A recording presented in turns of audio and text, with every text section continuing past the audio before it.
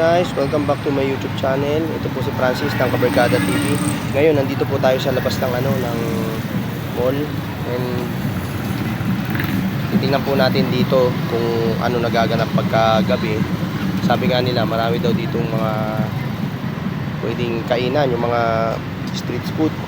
Kaya tignan po natin, pero bago po ang lahat, huwag nyo kalimutan mag-subscribe sa aking channel. Hit nyo na rin ang notification bell. Thank you po. Okay guys, yan po, dito po tayo sa labas ngayon.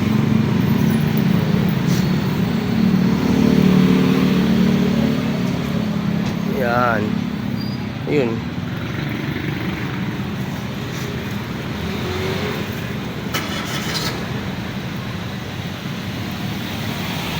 Ito nga sabi nila, meron talaga dito may mga nagre-ready pa lang.